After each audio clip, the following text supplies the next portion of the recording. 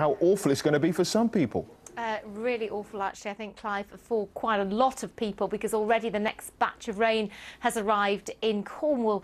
And because the ground is so waterlogged, it will run straight into the rivers. So it is likely, highly likely, we'll have further river flooding, surface water flooding and disruption to transport. BBC Local Radio keeps you up to date, of course, on the travel situation. Your flood line 08459 88 1188. This is the reason for the rain, this massive cloud, another weather system accelerating in off the Atlantic. And it will give some quite nasty conditions for a time through the evening and overnight. It's happening through the night is not great news. You may well wake up to flooding in the morning in some southwestern parts of the UK. Ahead of it, we've still got some fog.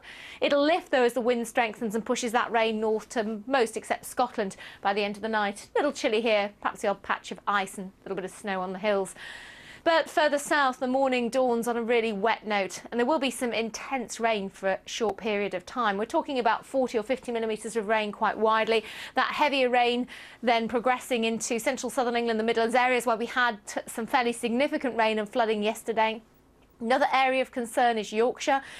Rivers like the Ouse and the ground being so waterlogged may well result in flooding here quite quickly. And the other area of concern, the east of Scotland, where we've had over 100 millimetres of rain and mountain snow in the past 36 hours. So there are an abundance of weather warnings out, but some severe weather warnings in particular for a few parts of the UK where we think it'll be badly affected. The southwestern quadrant of the UK up into Dorset, Somerset as well, Yorkshire, and then, as I mentioned, up into eastern parts of Scotland. These areas could get up to 3 inches of rain quite easily and driven in by a wind. That's the other problem. That wind's been battering the Northern Isles, disrupting ferry services here. Little sign of a let-up. The wind, in fact, escalates during tomorrow afternoon. Blows the rain away from a time for central areas, but we've got more rain then to follow on to the southwest, so it's temporary, but it is mild, at least in the south. A raw wind, though, in the north, and it really will feel bitterly cold. Look at this wind, potentially storm force for the Northern Isles through Saturday into Sunday.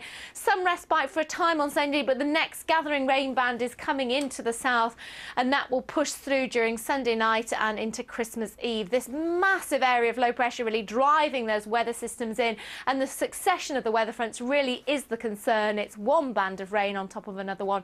It's inevitable we will see some problems, so stay tuned to the forecasts.